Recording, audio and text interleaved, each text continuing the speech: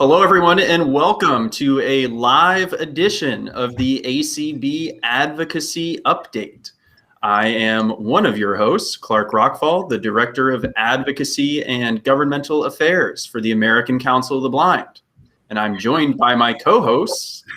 Hi, guys. I'm Swatha. I am your Advocacy and Outreach Specialist for ACB. And this is, as always, our Advocacy Update podcast, which will air with audio on ACB Radio, as well as the Advocacy Update feed, where you download and listen and share all of our podcasts via your favorite podcast player. But in addition, we are coming to you live over video, no less. Yes, ACB and video. And we are streaming over Facebook and YouTube, and also on the live event channel of ACB Radio. And Swatha, we are continuing our programming leading up to the ACB Conference and Convention. You can always find out more, including on how to register, at acbconvention.org. Last week, we talked about the audio description track of programming. And Swatha, what do we have in store today? Yeah, this week we were talking about transportation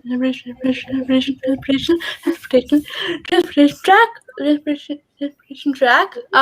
So today we have on our guest list is Becky Davidson, who's the chair of the Environmental Access Committee, and Sheila Styron, who's the chair of the Transportation Committee. So hello, guys.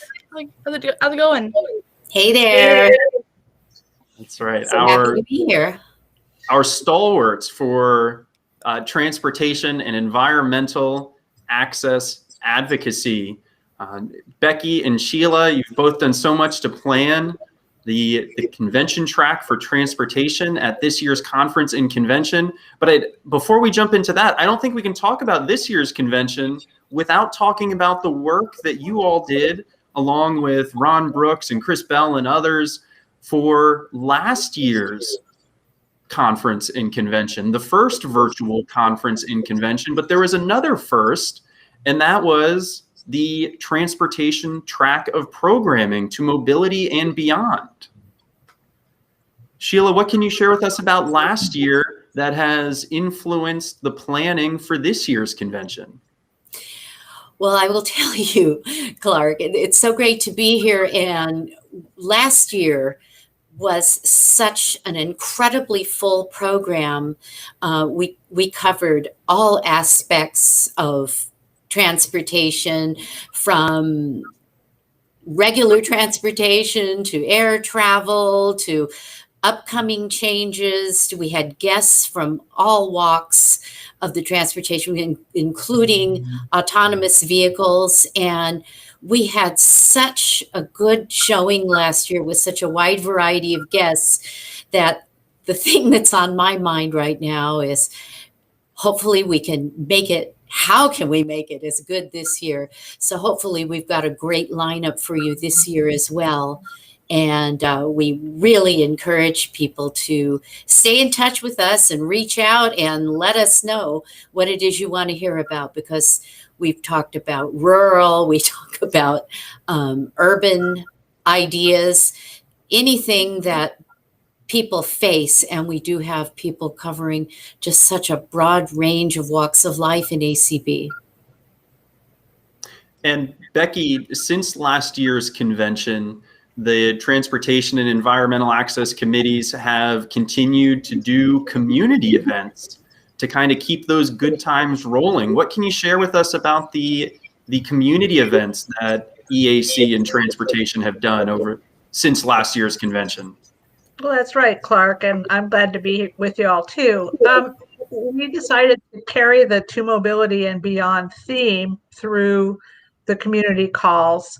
And we address such things as complete streets, different aspects of autonomous vehicles, paratransit. We tried to also create an open forum where people could talk about the issues they're facing in their own areas. And we found that to be a successful way to get people to sort of stay connected on these issues. the To Mobility and Beyond really is kind of a great tagline for what we continue to do and plan to keep doing.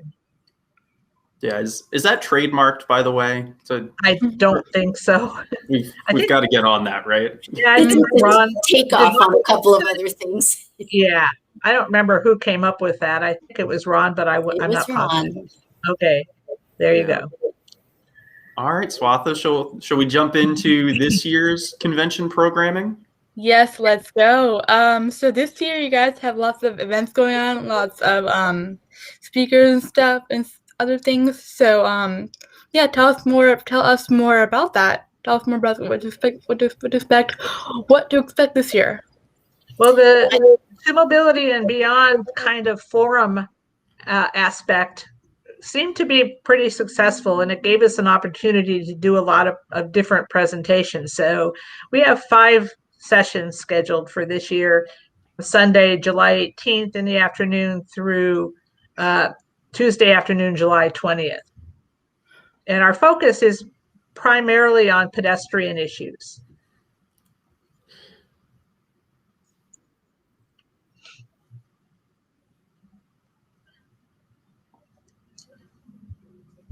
Sham, and I heard her speak at a conference last fall, and she will just really have people on the edges of their chairs with all of her information about how just small things like slowing down traffic in a city 5 miles an hour can really decrease traffic crashes and pedestrian fatalities. For instance, New York City became a Vision Zero participant in 2014, and within 5 years, they had cut their traffic fatality rate by 26% just by slowing things down from 25 to 20 miles an hour on main arteries. Speed makes a huge difference. If a car is going 40 miles an hour and hits a pedestrian, the chances are that 95% that it will be fatal. And if a car is only going 20 miles an hour, the odds are completely reversed. They will survive 95% of the time. So this is something we're really excited to get people interested in taking home to their communities to work on getting Vision Zero I don't know, what's the word, Vision Zero adopted in their local towns and communities and cities. And Sheila, how does Vision Zero, so you've talked about pedestrians in relation to motorized vehicles, but we're not the only ones on the roads and the sidewalks, right? Does Vision Zero account for other modes of travel and transportation like micromobility and bikes and scooters and things like that as well? Well, absolutely it does. And it isn't just speed. It's the configurations of intersections, it's signage. It is everything to do with making speed and vehicular traffic proceed in a way that is safer for everyone who shares the roads. I don't think we are doing any presentations specifically on complete streets, but Vision Zero is obviously an important component in the whole idea of complete streets, which means creating an environment of sidewalks and streets and access and egress and signage and speeds so that everything works better for everybody, including pedestrians, bicyclists, mothers pushing strollers, vehicles that will be less likely to just crash into each other. And I'm sure Leah will explain it way better than I just did. Well, I'm sure that will be a great session. So what's coming up next at the convention for Mobility and Beyond? The Lee Sham session is Sunday afternoon. That's our keynote presentation. And then Monday at 4:00, we have To Cross or Not to Cross. And this is a presentation by a longtime O&M instructor and researcher, talking about what to do when you come up upon a street where there is no signalization, no traffic light, no cross stop sign, anything like that. So that's what she's going to be talking about. She's done a lot of research on the sounds and how long you might have from when you actually hear the car coming to get yourself across the street safely. Because of course, as blind pedestrians, we listen, and that's what we need to do. Crossing a non-signalized street, it can be difficult, and often many of us choose to avoid doing it if we can. Because unless the street is not a particularly busy street, or the street's not busy except maybe at rush hour, you really have to think about the sounds and when it is, that you hear that car and, okay, do I have time or don't I? And there are so many variables, and Donna's just done an incredible amount of research on this topic, and she does a fabulous presentation. I think it's especially effective for people who live in suburban or rural areas where there are lots of places to cross that are not signalized. And then following that presentation, I think these two, Becky placed them in a good order. She did really the lion's share of planning on this year's program. I'll be hosting a panel for people who are pedestrians who actually do get out there and ride public transportation and cross streets. It's called Out and About with Canines and Canes. And I did not make up the topic for this convention, as this is something I do here in Kansas City, where I work with a lot of people who are blind and low vision in my employment here at the Whole Person, which is a Center for Independent Living. And how this evolved is I would get calls from people, and of course they would already need to have their basic cane travel skills and have been trained with their guide dogs, but people who thought they wanted to get out and learn more routes and travel more independently, get outside of a vehicle. Our community is so dependent on ride share and paratransit services at this point in time that there are many people who sometimes they think about getting out, but they're so kind of out of the practice that I even have people tell me they're fearful.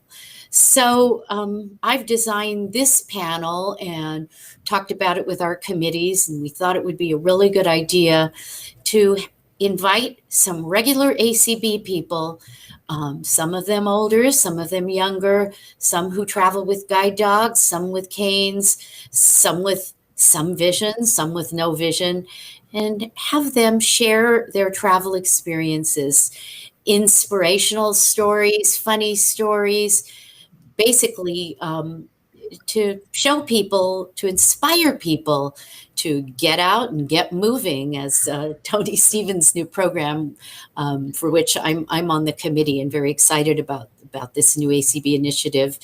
And we want to encourage people, for it's fun, it's confidence building, it will lead to better health, because we have a lot of people who do have health issues and are overweight in our population. So we're hoping that this will be a panel that will be a little bit fun and a lot inspiring. Maybe there's some people who, if they hear about the adventures, some others will want to get out there and travel a little more independently. Well, and we certainly have the virtual ACB walk this year. Usually it's in person, but much like everything else, it's still virtual this year. And I want to go back to the previous panel that Becky was outlining, talking about what to do when there are no signs or signals at the intersections, because that can be a huge barrier to getting up and getting moving. And Swatha, you're there outside of Chicago in Illinois. I mean, what do you do when you encounter an intersection that doesn't have signs or accessible pedestrian signals? See, I've always just avoided crossing those kinds of roads that don't have any signalized crossing and don't have stop signs, just because, like, I don't feel like it's scary. It's scary sometimes to cross and not know when the car's coming or know like how when it's safe not to cross. So I just avoid those and go around and. So I'm really just interested in the panel, or in that session, talking about what to do when crossing, because I wasn't aware of the techniques or of the kind of ways you can go around that. So that's so cool. That Yeah, it's a difficult situation, and I believe that, talking about how impaired transit and all of that, that some of that is because our pedestrian ways are not necessarily fully accessible, whether it's lack of sidewalks or a lack of accessible signals or all of those kinds of things. and I believe that Donna has made some of her techniques available online in teaching tools and modules that you could actually access as an individual, Swatha. So you might want to get with Becky on that. And, if this is something that's of serious interest to you, I believe that it's available for people to kind of do some learning on their own with the tools she's created. that is great. I'll check check it out. I think I'll have to as well. I'm We all certainly guilty of avoiding. Yeah. If I get to a big intersection and I don't understand it, I can't figure it out. Go around. Especially if there's somewhere that I need to be, I want to get there in one piece. Exactly. Exactly. And part of O&M training and guide dog training too is, allowing yourself enough time, if you have to be able to study that intersection and listen to it and go through a few cycles. But that doesn't work real well when there's no signalization. Mm-hmm. It's gotten so much more complicated than it used to be. I'm afraid that I guess I'm a person who doesn't have a ton of patience, and I'm guilty of probably doing things unsafely more than I should because I'm out there walking and taking buses and I want to get there and nothing bad has happened yet.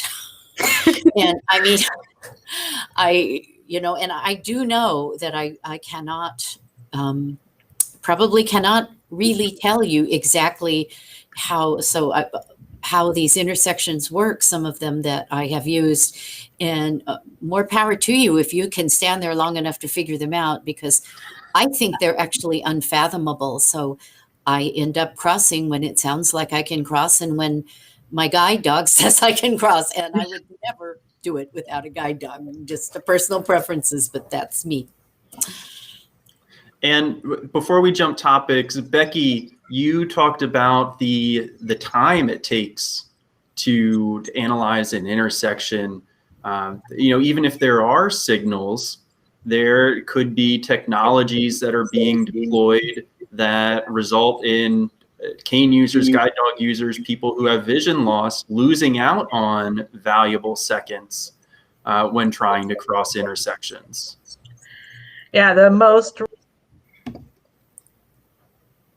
recent development is something called the leading, is an additional few seconds at the beginning of a cycle that allows pedestrians to kind of get a jump start. But for the most part, we don't know when that leading pedestrian interval has come on, because even if there's an accessible pedestrian signal at that intersection, that part of it has still not been updated to be accessible and give you the information.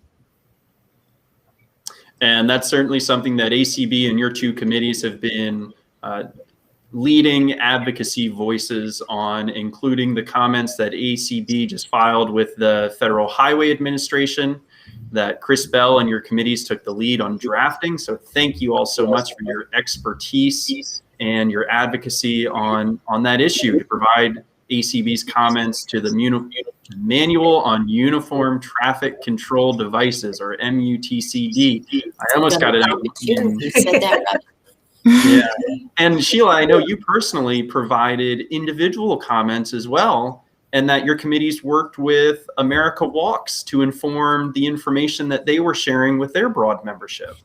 Yes, we did. We found we had to educate them a little bit, and it was a really good collaboration because they improved their comments and we worked off their comments, and AER also, including Donna Sauerberger, who Becky was just discussing, they also provided comments, and I try to comment on a lot of things, but not necessarily with the depth and the expertise that some others are able to bring to the project. But I took from all of the other fine organizations' comments and did some short, succinct comments of my own. And I would really like to encourage everyone to, you don't really have to be an expert to participate in these processes. You can be a regular person and take the lead from others who maybe know more.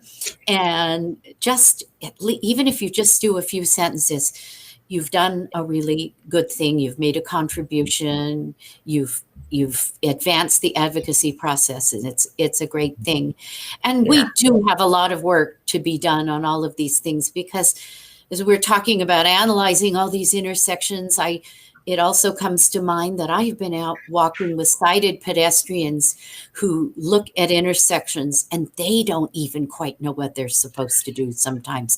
They go, well, I'm not sure what that little sign means, or, not sure if the little man is walking yet, or if the way he's walking means they're supposed to walk. There are so many different configurations around the country, and we really haven't standardized everything to the point where, we changed some street lights here in Kansas City a while ago to be these sort of blinking stop signs. And I was in a vehicle with more than one individual who was like, I don't know what I'm supposed to do. People don't know how to yield. They don't know how long to wait, on and on. I just would like to add about the comments. I did something similar and submitted personal comments, and then I shared what I had written with several email lists that I'm on, and told people, you can write a legal document if you want, but what you really want to do as a personal comment is write a couple paragraphs that are very personal to your experience and let them know this is what's happening out there. Absolutely. Yeah, you don't need to be the technical expert, but you are the expert on you, and sharing those personal experiences go a long way to helping ACB with our advocacy and informing public policy. Yeah, definitely. So Sheila, you touched on an item, little blinking lights and other things at the corner. That's kind of relevant to another session that you guys have going on at the convention this year. That's right. We are doing, it's called What's New at the Corner. And we will have a representative from Prolera Enterprises, who's a manufacturer of the majority, although not all, of the accessible pedestrian signals that are out there, talking about what the newest signals are and what they involve, how accessible they are. And then joining him will be Lucas Frank, who is well known, not just in the guide dog community, but in this whole O&M and intersection community, talking about how accessible they really are and what they actually mean to us as blind and visually impaired pedestrians. It'll be an entertaining session too, because Lucas is always entertaining. All right. And I was not necessarily part of the Mobility and Beyond track, but something else I saw on the convention programming jumped out to me. I know that last year during the pandemic, Microsoft had a session where they were featuring their smartphone app Soundscape that provides audible maps for your surroundings. And they were joined by at least one orientation and mobility instructor sharing how they've used Soundscape for virtual and providing virtual, and remote O&M services during the pandemic. And I see that there's a somewhat similar, our Information Access Committee has a session as part of their 411 on remote rehabilitation services. So Sheila, I'll start with you. Any thoughts on how technology is being used to provide O&M services or enhance O&M services? Yes, and it's a really good idea. I've also heard that people are using radio systems and walkie-talkies so they don't have to be, in such close physical proximity. And it's a really good O&M training technique to be able to identify sound directionally. So Soundscape is very good for that. It is a three-dimensional sound system when you put on a pair of headphones that have that capability, and it says something is coming up at 10 o'clock, you really do hear it, the voice, and maybe a sound, depending on how you have it set, up toward your left temple, so over on the left and up toward the front of the event. There are people who get out and have competitions, scavenger hunts with with Soundscape, with clues, and if getting warmer, well, that means getting louder and following and getting closer to the direction of the sound. There have been, I remember in the earlier days of accessible pedestrian signals, probably most people are aware that these poles make a constant locator tone. It might be to beep, it might be a click, depending on the age of the technology. And that is just simply to show the person where the device is. It has nothing to do with telling you when it's your turn to cross the street. But it is very similar to another feature in Soundscape called beacons that you can set up. And the beacon is a locator tone that the sound of which adjusts depending on where you are in its proximity and whether you're getting hotter or colder. And so it definitely tends to turn our ears into eyes, in that we really get a lot of information from a sound that would take a whole bunch of words to kind of duplicate what that sound can immediately broadcast to our brains through our ears. I would just like to switch it up a little bit. Unfortunately, I have not had any experience with Soundscape, but I have had a lot of discussions. Yeah, I'm going to. But I know with the guide dog schools especially, they've been using technology to do assessment of people's O&M skills, and also to problem solve, keep physical distance when it's required from people.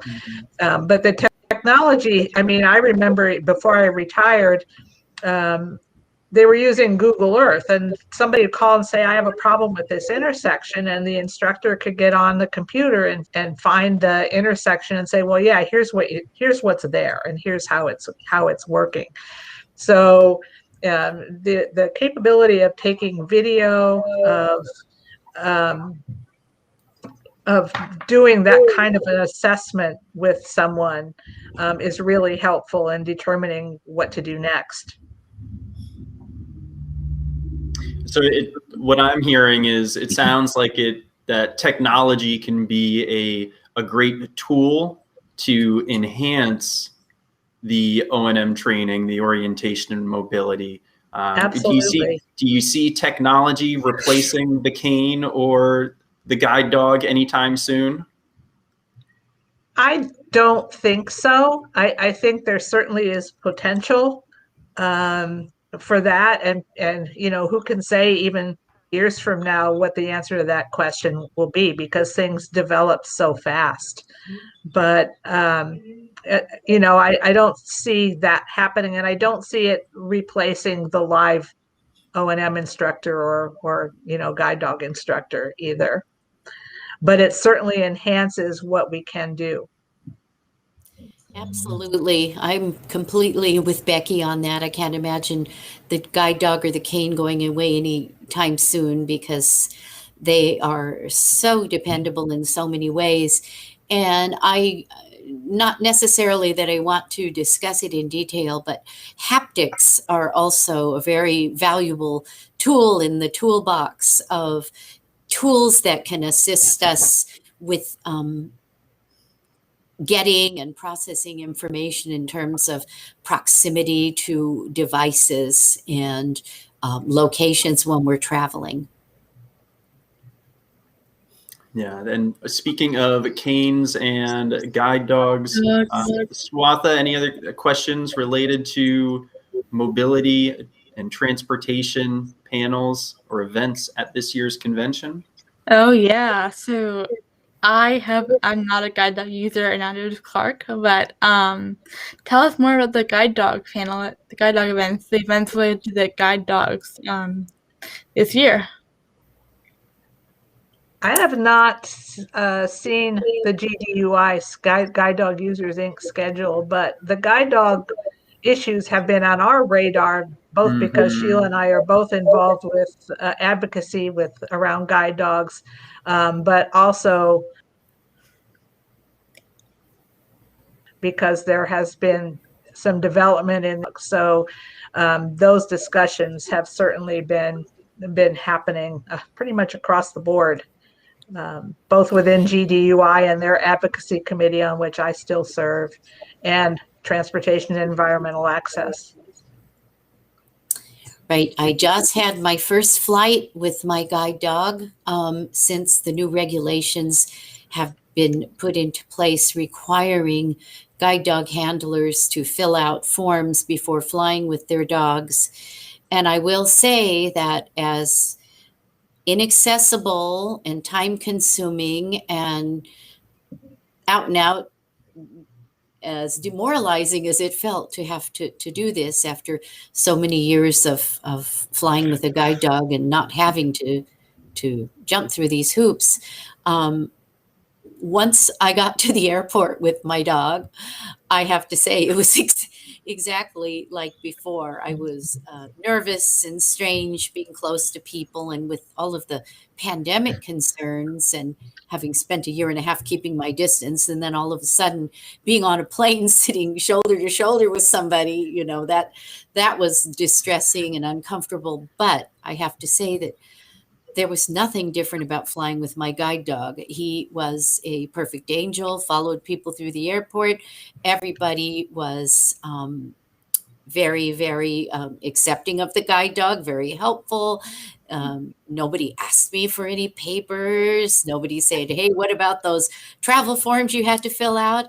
It was for all intents and purposes, exactly like it used to be, except for all of the unfortunate hoops we are currently being compelled to jump through.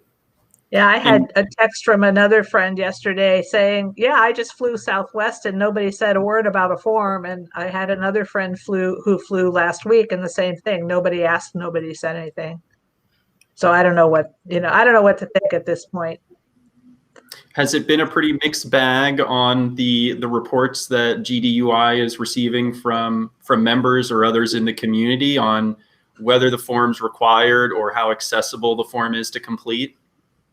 Most of what I've been seeing and passing along is people having trouble with accessibility or being given information or misinformation by airline employees. But I have not yet talked to anybody who actually was at the airport and required to show the form or do anything with the form.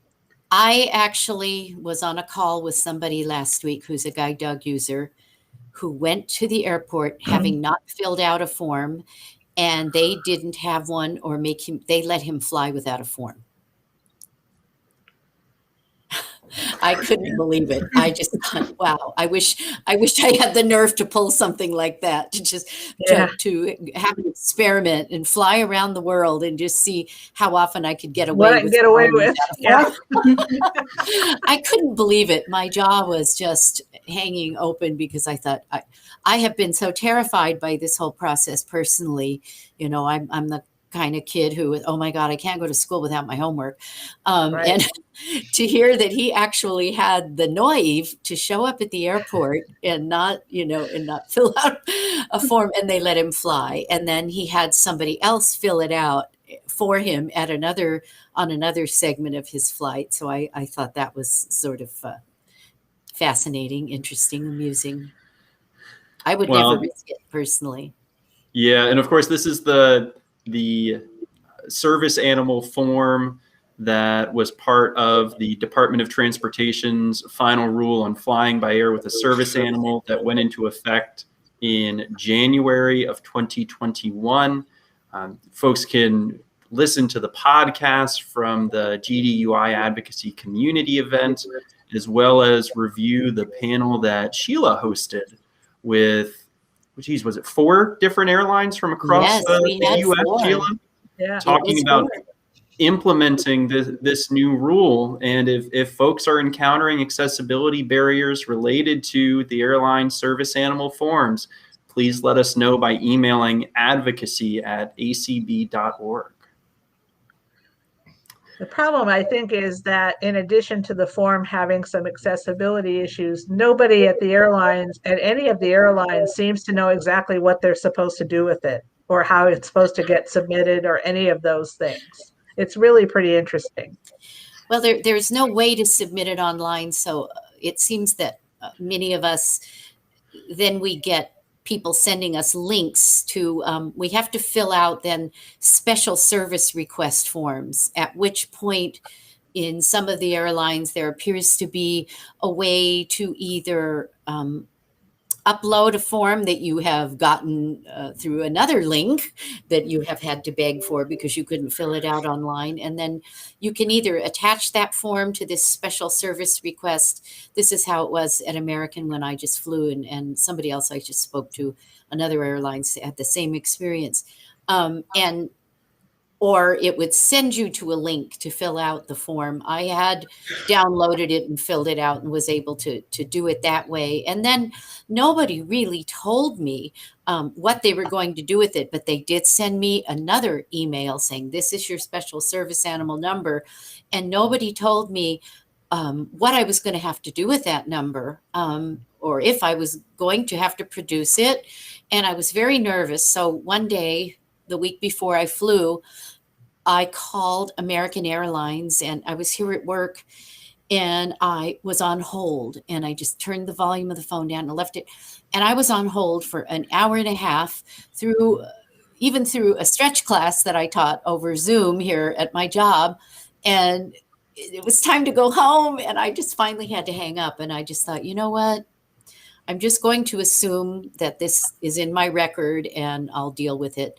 And nobody, as I said, even said a word. So I guess when they give you that number, they're giving it to you just so you know you have it. But apparently that is entered into your record. So some other items that ACB is working on in the transportation space here in the 117th Congress. Folks who are members of ACB and frequent the ACB either conversation or leadership lists probably saw a conversation about autonomous vehicles about a month ago.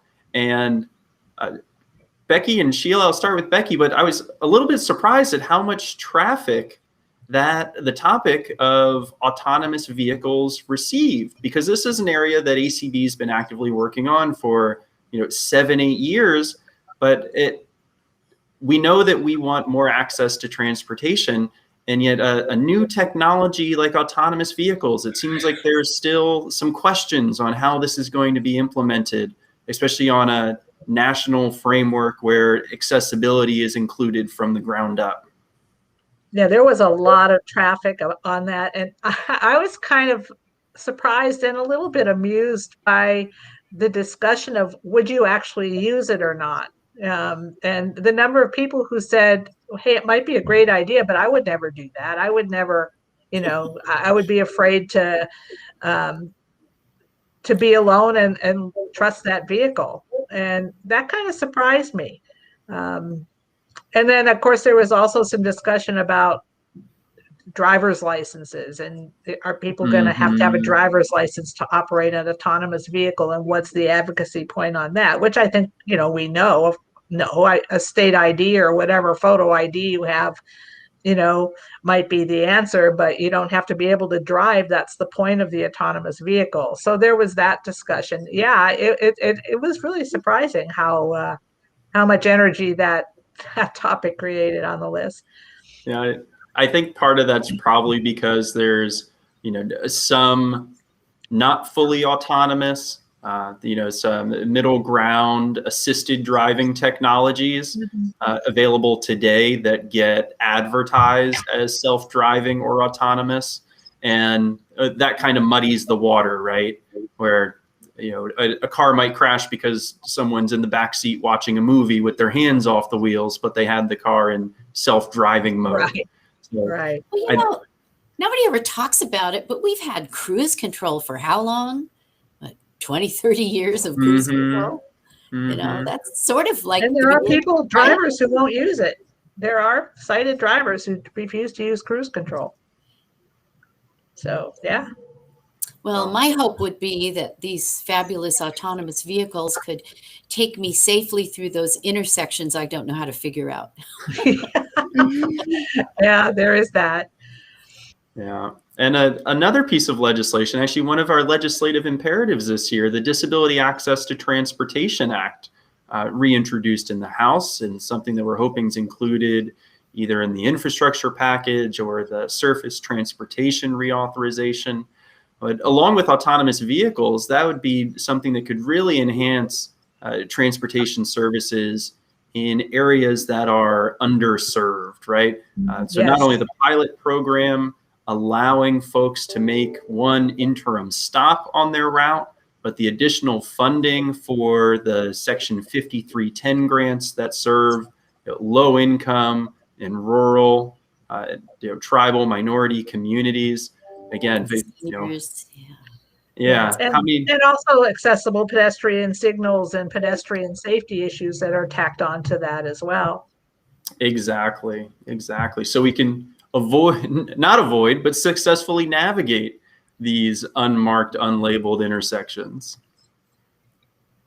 And what it really comes down to is kind of the crux of what the Environmental Access Committee is about, and that is assuring that the environment is accessible to everybody, and that we as blind pedestrians have access to the same information that sighted people have by sight. We still need that information. It needs to be given to us in an accessible format.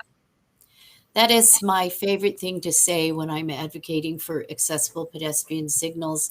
I'm serving on a little Complete Streets task force for a town near where I live, Westwood, Kansas. And they have a few accessible pedestrian signals, but not very many. And I've expressed that, we have the same, if sighted people need this information, then we sure as heck need this information, because we can't even see where the cars are. I think we even have a greater, sometimes I think we say we're entitled to the same information, but in my heart, I feel like I need it even more. And we talk about, but there isn't enough money, we can't fund this. I think to myself, let's see, if we had any discussions lately about, we don't have much money. I guess we have enough money to fund the eastbound lanes, but you people who need to go west, we're just going to have to keep that a dirt road because we don't have enough money to fund everything.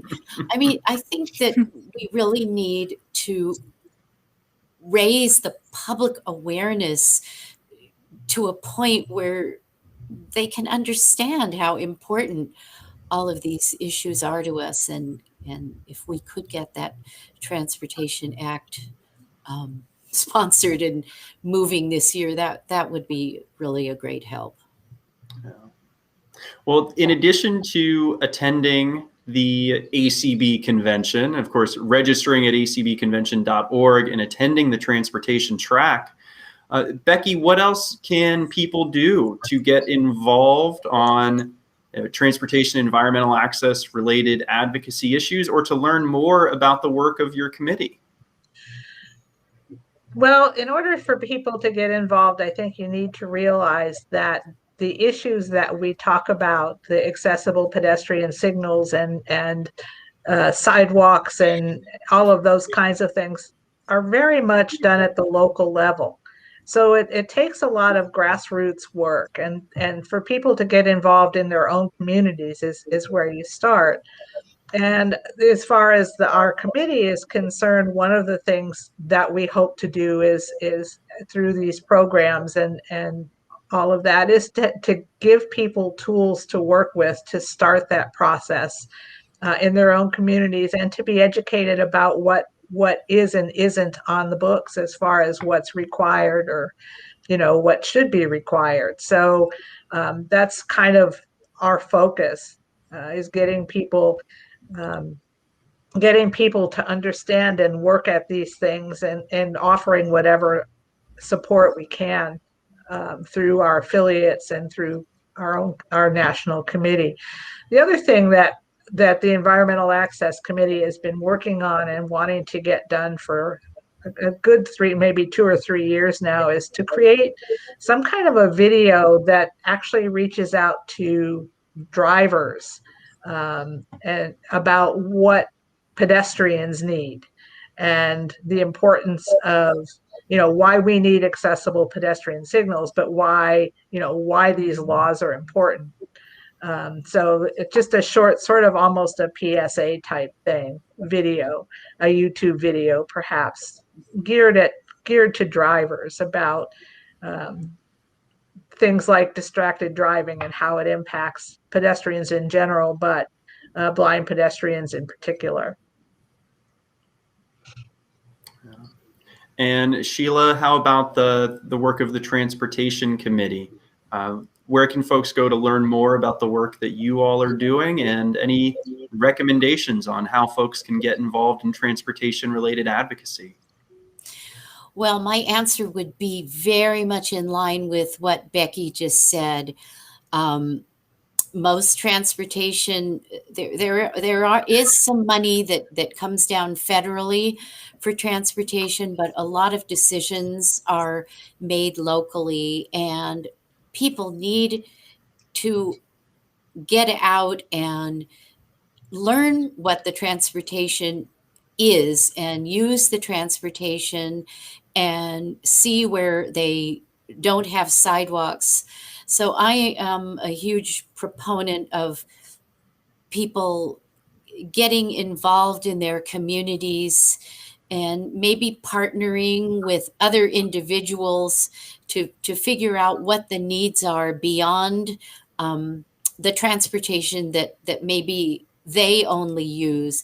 I think that we do have a disconnect between people not being as involved in their communities beyond riding, let's say, rideshare and paratransit. It's hard to advocate for things that you don't understand, and not only can people experience what is going on in their communities, learning what's out there, getting out, maybe going for more walks, learning to ride a bus, maybe get together with a group of friends and ride the bus as kind of a group in solidarity, like a bus riding party. Maybe plan a trip, go to a restaurant, take the bus. It's kind of hard to get, you need to experience it and figure out how to find a way to build the passion for making these changes. The people who fight for accessible pedestrian signals here in Kansas City are the people who stand at the corner and want to use them. And it's sort of a difficult situation to decide, what comes first, the chicken or the egg? Can we expect them to install a lot of accessible pedestrian signals if we're not using them? And how can they expect us to travel when it's not safe? So really encouraging people to get involved in their communities, learn how the systems work, figure out who holds the purse strings, who they need to advocate to. If, just start with your corner, your sidewalk, figure out who funds it. And public transportation, oh my gosh, it's so down in so many places right now. But if we don't ride what's there, they do these studies called feasibility studies. And part of the way we get funding is how the numbers turn out when they do these feasibility studies. Because if they don't think there's capacity, if they don't think people are riding or going to ride, then we're not going to get the funding for more buses or more rail lines. So we have a lot of hard work to do out there. And I would just finish by saying, if, maybe you think that being on an ACB committee is beyond your scope. Well, get on a local committee, start there. But if you think you want to be on the Environmental Access Committee or the Transportation Committee, not only can you do great things, but you can learn great things. And that will enable you to be able to do the work that we all need to have done to make things better for all of us.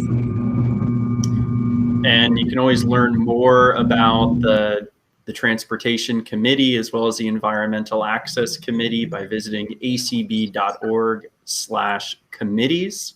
And there's a contact information for our committee chairs, Sheila and Becky. Swatha, any other questions for our guests here about the convention or our transportation-related advocacy efforts? No, I think that's it. But yeah, we have one session that we didn't talk about that. Oh my goodness! I just want to mention. I was actually going to say that same thing, Becky. Did you want to talk? The last session, which is on Tuesday evening at 5:30, is Jean Borquin, who is also a longtime O&M instructor, who's also worked with the Helen Keller Center, the Reverend Jean Borquin, and he's going to talk about techniques to get drivers to yield. And it's a really interesting presentation. And Gene is actually calling in from Thailand because he's doing research over there this summer. So he'll be zooming in from Thailand on Tuesday, the 20th of July, to talk about drivers yielding.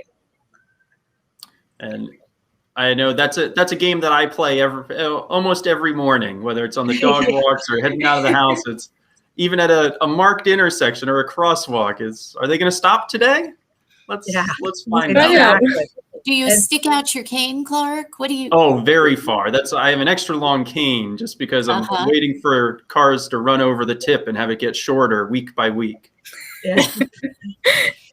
Because we can't make eye contact, or most of us can't, right. And that is a big deal. So Becky's right. This is a do not want to miss presentation. Definitely with that.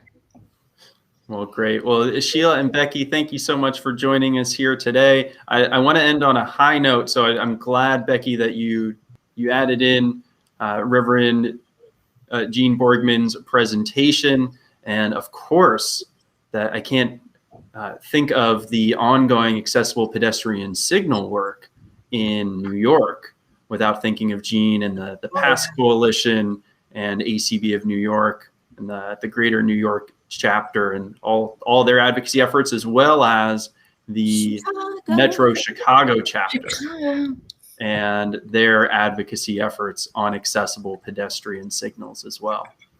Yeah, it takes time. It's a process, but they're having some success with the courts and the legal system, which is really exciting to see. The courts agree, and so does the Department of Justice. So it's an exciting time. It looks like we're making some real changes here with the advocacy efforts on transportation and environmental access. And thank you for coming to speak and share that with folks here today, as well as highlight the programming at the convention later in July. Yeah, thanks, guys. Thank you. Thank you both.